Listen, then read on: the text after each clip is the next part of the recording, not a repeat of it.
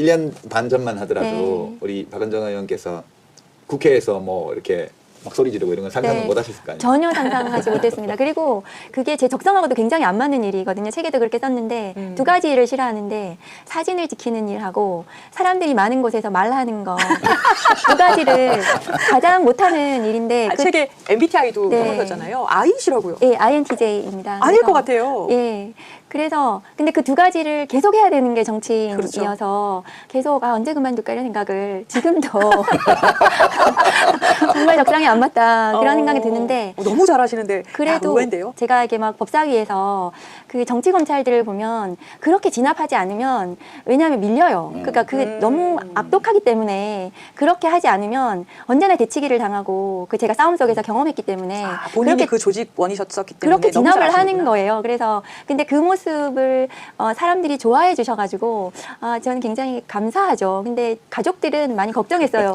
그렇게 계속 화를 내면 사람들이 싫어할 텐데 그렇게 정치해도 되겠냐고. 근데 오히려 많은 분들이 응원해 주시고 지지해 주셔가지고 천직을 찾았다고 또 그래주는 분도 계세요. 네. 윤석열이라면 저는 그 재판부, 그러니까 사법부 독립을 침해하는 건데요. 재판부에 대한 압력 이런 것이 본인이 가능하다고 생각했을 것 같고요. 제가 윤석열을 감찰한 징계 사유 1번이 판사 뒷조사 판사 문건. 사찰 그렇죠. 문건 배포 행위입니다. 판사마다의 성향하고 그렇습니다. 이 어떤 판결 맡고 있다라는 거에 대해서 목록을 만들어가지고 사찰한 문건을 만들었죠. 그러니까 심지어 거기에는 뭐 판사 개인의 뭐 개인적인 뭐 그 가족 관계라든가 뭐 취미라든가 이런 것도 기재가 되어 있고 그 정치적인 성향이라든가 이런 것들을 분석하는 것 같은 그런 내용도 있는 거거든요. 그러니까 이게 매칭을 해보면 그 자료가 왜 필요했겠냐는 거죠. 맞습니다. 그렇죠. 판사한테 요런 취미든 가족관계든 개인적인 것이든 이걸 이용해서 압박 넣으려고 회유하거나 압박하기 네, 위한 용도. 그러려고 필요한 그러니까 거죠. 그게 이제 특수부 검사들 윤석열 사단이 그런 식으로 판사들에 대해서 플레이를 해왔다는 증거라고 저는 생각합니다. 그러면 윤석열은 대통령이 되어서도 사법부에 대해서 독립이라기보다는 자기 밑에서 자기가 이렇게 부릴 수 있는 그런 뭐 부하쯤으로 생각할 수 있었다고 천사는 다 멋져요. 히포크라테스 마음이 얼마나 멋진데. 따뜻한 검사가 될 것을 뭐 굳게 다짐합니다 하잖아요. 우리 박은정 검사님 검사 처음에 지원하실 때 왜 선택하신 거예요? 그 검사 선서는 저는 없어져야 된다고 생각하거든요. 아, 그래요? 네. 그거 좀 과잉이죠, 그죠? 그 사실과 너무 맞지 심해요. 않아서? 너무 심하고 그 선서를 하는 순간 검사가 저 스스로 뽕에 취해버려요. 나는 너무 정의로워. 내가 법이고 진리야. 이런 생각을 하도록 만드는 게 검사 선서라고 저는 생각하고요. 멋있다고 생각했는데 때로 시커먼 옷 입고서 이렇게 네, 맞습니다. 선서하는 거 근데 보고. 검사 그럴 필요는 없거든요. 제가 검사가 된 이유는 사실은 저는 이제 변호사가 꿈이었고 네, 그래서 그렇게 돼 있으시더라고요. 네, 변호사를 하려고 했다가 직역을 선택을 할 때 한 2년 정도만 이 국가가 이렇게 작동하는 시스템, 이게 사법이 돌아가는 검찰이 돌아가는 시스템을 좀 배우면 변호사 일도 좀 잘할 수 있지 않을까. 그렇게 생각해서 아주 잠깐만 판사든 검사든 좀 했으면 좋겠다. 그런 생각했었고. 그리고 근데 제가 사법시험 성적이 좀 좋았어요. 많이 좋았겠죠? 네, 좋았는데 그 변호사를 지원했기 때문에 사법연수원에서 공부를 안 했습니다. 그래가지고 성적이 그냥 거의 밑으로 떨어졌어요. 그래가지고 두 개 섞잖아요. 두 개를 50%, 섞어요. 50%. 섞으면 이제 반쯤 제가 중간 정도 되는 거예요. 그래서 그 성적으로는 판사를 하면은 저기 지방에 가 근무를 하게 되고 그쵸. 검사를 지원하면 한 서울 수도권에서 근무를 할 수 있게 돼서 그냥 이왕이면 집에서 출퇴근할 수 있는 한 2년만 할 거였기 때문에 그래서 그냥 그 검사를 지원하려고 했는데 저희 지도 교수님이 부장판사이셨거든요. 근데 제가 이제 모습이 이렇고 목소리도 좀 그렇고 하니까 절대 검사 추천서를 안 써주시겠다고. 절대 검사를 검사 적성이 아닐 것 해서는 같다. 적성이 안 맞고 성공하지 못할 거라 그래서 판사를 하라고. 그래서 저희 교수님이 판사하면은 선자리도 알아봐 주시겠다고. 그래가지고 그래서 그 교수님하고 실갱이했던 기억이 나고 그래서 그냥 그때 그래서 검사를 경험해 보는 것도 제가 좀 변호사를 하는데 좀 더 도움이 되겠다 그런 생각으로 검사를 지원하게 됐는. 아니 되게 됐습니다. 소탈하세요. 네. 보통 검사에 갈 때 막 그 무슨 홍준표 검사도 그렇고 뭐 누구도 그렇고 다 그 무슨 되게 나쁜 놈들 혼내줘야 네, 이런 거. 세상을 내가 바로 잡고 난 그런 얘기 들으면 되게 웃겼어요. 사실 솔직히 딱 그렇게 그런 자꾸. 얘기 들으면 아니 검사가 무슨 나쁜 놈 혼내주는 직업이야? 검사는 기소하는 게 일인 사람인데 우리 네. 헌법에 영장 청구나 기소는 검사만 하도록. 이제 수원지검에 제가 발령을 받고 출근을 했는데 그때 이제 광역버스를 타고 수원지검에 내려가지고 악명 높은 수원지검. 네, 오늘 수원지검에 가서 거기가 이제 엘리베이터가 없이 계단을 오르내리는 곳인데 그 막 인사를 돌아가면서 막 뭐 차장, 검사장 막 돌아가면서 하고 막 엄청 그 위계 질서가 딱딱한 강한 이런 조직이더라고요. 갔더니 그리고 막 그 분위기 자체가 굉장히 그러니까 뭐 소통이 안 되는 그런 분위기였고 그래서 잘못 왔구나 그런 생각이 들어서 정말 난 한 1, 2년만 하고 그만해야 되겠다 이런 생각이 들었는데 의외로 이 일 자체는 그것이 그 보람이 됐습니다. 그러니까 제가 약간 좀 이렇게 뭐 청소하는 거 이런 거 좋아하고 잘못된 거 고치는 거 이런 거 좀 좋아하는 스타일이어가지고 그게 범죄라는 게 뭔가 삐뚤어지고 이런 걸 좀 이렇게 회복시키는 그런 업무잖아요. 네. 그래서 그리고 연수원 때 배울 때는 이제 검사의 권한이나 이런 것들이 추상적으로 다가왔다가 실제로 검사 일을 하면서 그 검사의 권한을 행사하는 과정에서 피해자들을 위해서 혹은 뭐 그 관련자 당사자들을 위해서 할 수 있는 권한이 굉장히 크다는 많죠. 것을 제가 경험했습니다. 그래서 아니 일반적인 검사들이 이런 포인트에서 보람을 느끼고 기쁨을 느끼는 게 직업인으로서 당연한 거잖아요. 그렇죠. 근데 이제 우리 특수부 검사나 공안부 검사들은 네. 막 정치인 잡아넣었다, 뭐 네. 재벌 총수 잡아넣었다, 뭐 국회의원 잡아넣었다 이런 거 자랑하죠, 그죠? 검사를 지원하는 그 사람들의 약간 그 내면이, 그러니까 원래 좀 그런 성향이 있는 사람이 검사를 지원해서 들어와서 조직 문화가 그러니까 훨씬 더 강화되고, 그리고 또 저희가 전체 2,300명 검사 중에 형사부 검사가 거의 대부분이지만 실제로 이제 검사장, 그러니까 차관급, 옛날에 차관급이었는데 검사장 승진이 검사들의 가장 뭐 전부 다의 꿈입니다. 2,300명 검사들의. 근데 검사장 자리가 49개 있거든요. 근데 그 49개 검사장 자리에 거의 대부분이 특수공안이 차지를 해요. 그러니까 뭐 그 걔네만 써요. 그러니까 그 80억인데 예. 그 자기들끼리 막 현금으로 맨날 쓰고 이 형사부는 쬐끔밖에 안 줘요.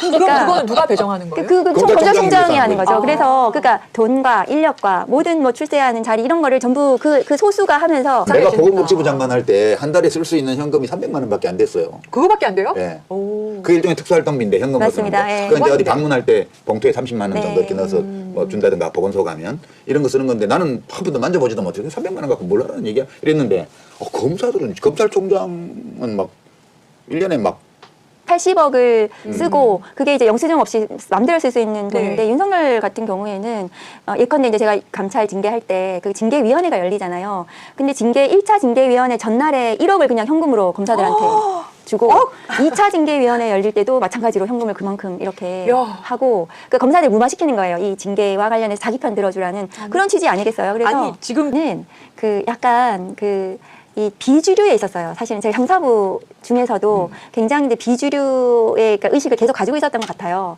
그러면서 그러니까 제가 이제 검사하면서도 계속 그 맞지 않는 갑옷을 입고 있다는 생각을 항상 했었어요. 그러니까 이게 이 무게감이 너무 크고. 그러니까 이런 사람을 검사로 받으면 안 돼. 아 교수님이 잘 보시는가요? 그렇지. 그래가지고 그러니까 이 일 자체는 참 보람 있고 좋았는데 이 권한이 너무 크면서 내가 감당할 수 없는 것 같은데 그 의사결정을 하는 자리에 있는 그 특수부 검사들, 공안 잘 나가는 검사들이 하는 이 검찰을 운영하는 이 작동 시스템이 굉장히 부조리하고 굉장히 민주적이지 않고 이러면서 끝없이 권력을 탐하는 이 구조는 지속 가능하지 않아. 이런 생각을 좀 했던 것 같아요. 계속해서. 평범한 검사로 지내오던 이제 박은정 검사에게 완전히 인생이 바뀌는 사건이 찾아오는데 그 감찰 담당관 네. 제안을 받았을 때죠. 근데 왜 하필 박은정 검사였어요? 그때 이제 2020년 상반기 간부 인사 때 제가 갔거든요. 그 법무부 감찰 담당관 자리는 이제 그전에도 계속 있었던 자리였는데 실질적으로 이제 검찰 내부를 그 감찰하는 그런 자리였기 때문에 그 뭐 국민들이 바라는 대로 막 이렇게 감찰이 시원하게 그 검사들을 제대로 이제 징계하고 이런 것들이 이루어지지 않았죠. 그러니까 이 문제, 그러니까 검찰의 이 정말 이 썩어빠진 문제를 해결할 만한 이런 사람은 그동안 특수나 공안이나 이런 주류에 있었던 검사들은 이 연줄로 연결이 많이 돼 있잖아요. 그렇지 않은 형사부 검사 중에 그것도 뭐 여검사들은 조금 더 자유롭지 않습니까? 그래서 그런 사람을 찾다 보니까 저를 찾으셨다고 해요. 그래서 혹시 동양이라서? 그거는 전혀 아닙니다. 저는 추 장관님을 그때 처음 뵀어요. 처음 모르는 사이였고, 근데 저는 추미애 사단이라고 추미애 라인이라고 끝없이 보수 언론으로부터 공격받았습니다. 그러니까 그 전에 알지도 못하는 분이었고 추 장관님 나가신 이후에도 제가 뭐 연관이 있을 일도 없는데 그렇게 공격을 받았는데요. 그러니까 하여튼 그런 이유로 제가 가서 감찰 담당관 업무를 수행하면서 제가 한동훈을 직접 감찰했고, 그다음에 라임 술접대 검사, 예. 특수검사들을 감찰했고, 99만원 불기소 그렇습니다. 그다음에 네. 이제 윤석열 감찰을 했고 그랬습니다. 직접 딱 이제 감찰관이 돼가지고 본 검찰의 뭐 행태, 모습은 좀 어떤 느낌이었어요?